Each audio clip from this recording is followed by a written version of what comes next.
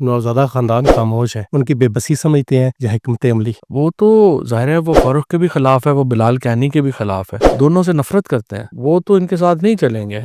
कोई दड़ा ऐसा भी है नून लीग का जो आपके राब्ते में है? ये हमारे माशाल्लाह अक्लमंद थे एक नवाबजादा साहिबान और ये जो नून लीग के, ये एहसन इकबाल साहब को यहाँ पे दौरा कराने ले आए। वो एहसन इकबाल साहब ने ये सारे फंड जो हैं वो नारोवाल की रोड में डाल दिए। गरमाला ख़ानदान के हवाले से क्या कहते हैं? वो भी देखें बड़े दुखी हैं, उनके साथ भी जो ज़्यादतियाँ हुई हैं वो आपके सामने हैं। जो आपके दौर में अनाउंस किए गए थे प्रोजेक्ट, वो भी तो मुकम्मल नहीं हो सके, बल्कि शुरू नहीं हो सके। लोगों के जो यहाँ पे दिल है वो तहरीक इंसाफ के साथ धड़कते हैं, मेरे साथ धड़कते हैं, इसलिए इसको खसूसी निशाना बनाया जा रहा। पीटीआई के वर्कर की भी तो सरपरस्ती इस वक्त ज़िला जेल में कोई नहीं कर रहा। ये यासर जो है ये तो एक दो बार अरेस्ट भी हो गया, तो बाकी MPs तो हैं ही गायब हैं, वो तो हैं ना हैं बराबर। हर इब्तदा से पहले हर इंतहा के बाद ज़ाते नबी बुलंद है, ज़ाते खुदा के बाद दुनिया में इख्तराम के काबिल हैं जितने भी लोग, मैं सबको मानता हूँ मगर मुस्तफ़ा के बाद। नाजरीन, मैं हूँ मिर्ज़ा कफ़ील बे कैफ़ी और आज मेरे साथ साबिक़ वफाकी वज़ीर फवाद चौधरी साहब मौजूद है। फवाद चौधरी साहब कैसे हैं? थैंक यू कैफी साहब। ड्यूल कैरिजवे का दोबारा आगाज़ हो गया, उसके तमीराती काम का क्या कहेंगे? काफ़ी स्लो है, कहा तो है कि इसको ज़रा देखें, बड़ी इन्होंने अहमकाना हरकत की है। जो पिछले साल मुकम्मल हो जाना था काम 16 अरब रुपए में, अब वो कॉस्ट 24 अरब पे चली गई है और अब ये तकरीबन 26 में शायद जाके मुकम्मल होगा। तो चले ये है कि दोबारा शुरू हुई है, लेकिन ये बिल्कुल ही अहमक लोग हैं। आप देखें ये तो चलो एक प्रोजेक्ट था जो 10-15 अरब रुपए का प्रोजेक्ट है और लंबा प्रोजेक्ट था, जो वहाँ पे ट्रॉमा सेंटर बना हुआ था, 30 करोड़ रुपया उसके खर्च हो गया। सिर्फ आखिरी 10 करोड़ के लिए इन्होंने टोबा का जो ट्रॉमा सेंटर है उसको भूत बंगला बना दिया। पानी की स्कीमें बनी हुई इन्होंने जो है वो तबाह कर दी। क्योड़ा की जो स्कीम है वो बिल्कुल तैयार थी। नहर जो पिछले साल मुकम्मल हो जानी चाहिए थी, उस पे काम स्लो कर दिया है और वो उसका अभी मेरा ख्याल है तीसरा मरहला शुरू ही नहीं अभी तक हो सका। सो इन्होंने हर काम ही जो है ऐसे किया है जैसे को मतलब मेरे को ज़ाती काम है, ये अवामी फलाह के काम थे, इनको जारी रखा जाता तो आज बिल्कुल एक सूरत हाल बदल जाती। ड्यूल कैरिजवे जिसका काम दोबारा आगाज़ हुआ है, इसका क्रेडिट आप किसको देंगे? चौधरी फारूक साहब को या बिलाल ज़कियानी को? और इन दोनों को कौन पूछता है, जो फॉर्म 47 से आए हुए MNA इनकी क्या औकात है? ये तो कुछ यहाँ पे हमारे जो फॉर्मर फ़ौजी साहिबान थे जिनका अच्छा ताल्लुक़ था, तो उन्होंने जो है वो कुछ कर करा के ये कर लिया है। बिलाल कियानी की और फ़र्क की अगर जिसको हर एक को पता है कि ये MNA कैसे बने हैं, इन दोनों के बेचारों की तो हैसियत नहीं है ना। कभी आपने देखा है इनको किसी इम्पोर्टेंट मीटिंग में? कभी मरियम जो MNA जो है अपने वज़ीर आला से मिलने के लिए अखबारों में इश्तिहार दे रहे हों, उनकी औकात है कि वो इस किस्म का प्रोजेक्ट कर सके? तो ये अभी मुझे पता नहीं है कि वो उनके नाम लेने मुनासिब हैं या नहीं है, लेकिन बहरहाल यहाँ पे हमारे जो 2-3 फॉर्मर अच्छे रहे हैं मिलिट्री के, उन्होंने मेहरबानी की है और इसको दोबारा शुरू करवाया। आपने टोबा के ट्रामा सेंटर का ज़िक्र किया। ट्रामा सेंटर एक DHQ में भी बन रहा था, वो भी इल्तवा का शिकार है, लेकिन अब सुनने में आ रहा है कि उसको ट्रामा सेंटर से हटा के कोई अमराज़ दिल के हवाले से कोई वार्ड बनाई जा रही है। क्या कहेंगे इस हवाले से? अब पता नहीं वो तो डिज़ाइन हुआ था एक बाकायदा ट्रॉमा सेंटर के तौर पे। अगर उसको हार्ट के लिए बनाया जा रहा है तो ये तो अब ज़ाहिर है मुझे नहीं पता कि टेक्निकली कितना सही है, क्या है। लेकिन देखिए ना अब ये बिल्कुल मुकम्मल थे। टोबा में भी बिल्कुल मुकम्मल था, यहाँ पे भी बिल्कुल मुकम्मल था और सिर्फ़ यहाँ के MNAs और जो MPs तो बेचारे वैसे ही ज़रा PTI के हैं, उनको पूछते कोई नहीं। MNAs ने बिल्कुल ध्यान नहीं दिया और बड़ा नुकसान किया है इन्होंने ज़िले का। MPs PTI की है, क्या यही खिला है कि तरक्याती काम जेलों में शुरू नहीं हो रहे?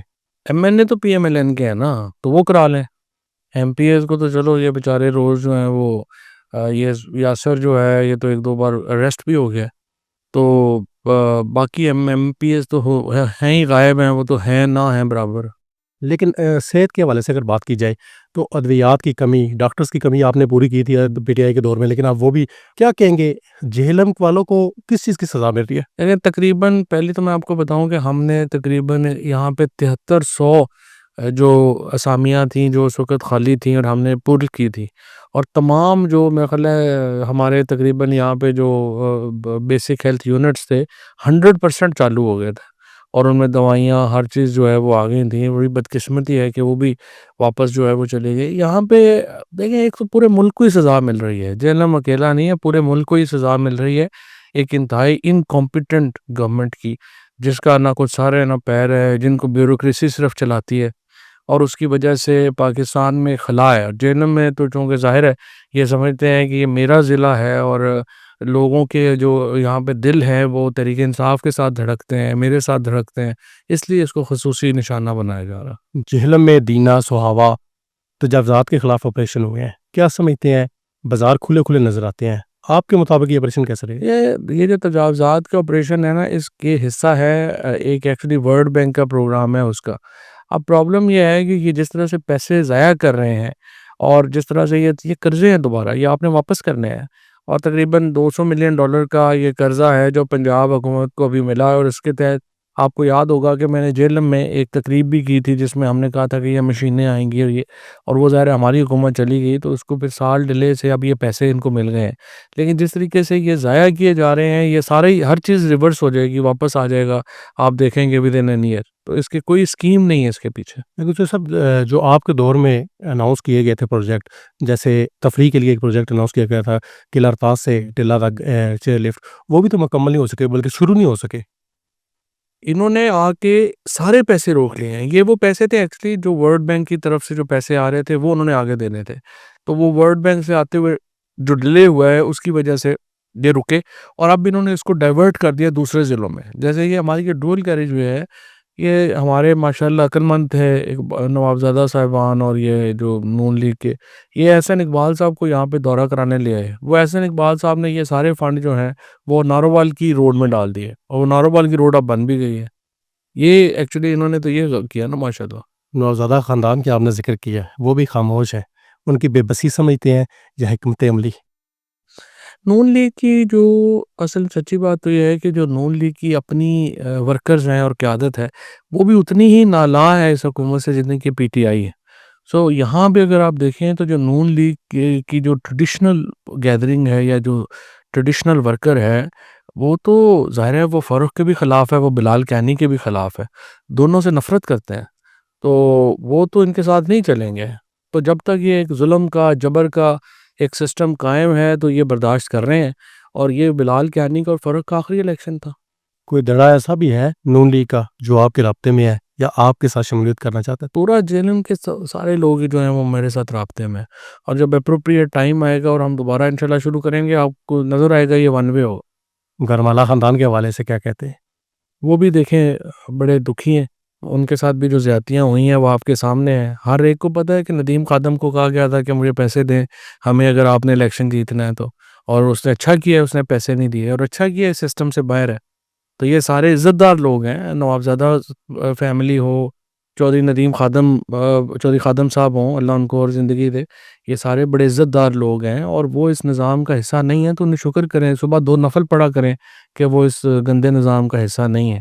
اور یہ جو اس وقت بیروپیے نون لیگ کا روپ دھار کے جو ہے وہ اس حلقے سے اور اس حلقے سے جو ہے وہ ایم این اے بن کے بیٹھے ہوئے ہیں یا اپنے لیگی بنے ہوئے ہیں، ان کا کیا تعلق ہے مسلم لیگ سے؟ لیکن تو سب نون لیگ کے اگر ورکر قیادت سے نالاں ہے تو پی ٹی آئی کے ورکر کی بھی تو سرپرستی اس وقت ضلع جہلم میں کوئی نہیں کر رہا۔ اس لیے نہیں کر رہے نا کہ یہاں پہ پی ٹی آئی کا جو اس وقت بحران ہے وہ تو یہ ہے نا کہ پی ٹی آئی کے اوپر تو بربریت، جبر اور فسطائیت جو ہے وہ چل رہی ہے۔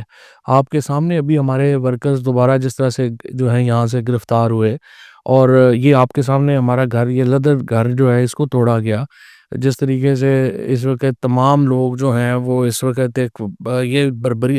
دیکھیں ہم پولیٹیشین ہیں، ہم بندوقیں لے کے تو نہیں نا مقابلوں پہ چلے جا سکتے۔ سو پی ٹی آئی کے ورکر جو جہلم میں بھی ہیں یا جہاں پہ بھی ہیں وہ سیاسی کارکن ہیں، تو سیاست کی جب تھوڑی سپیس ملے گی تو وہ سیاست کریں گے، نہیں ملے گی تو نہیں کر سکتے۔ بہت شکریہ۔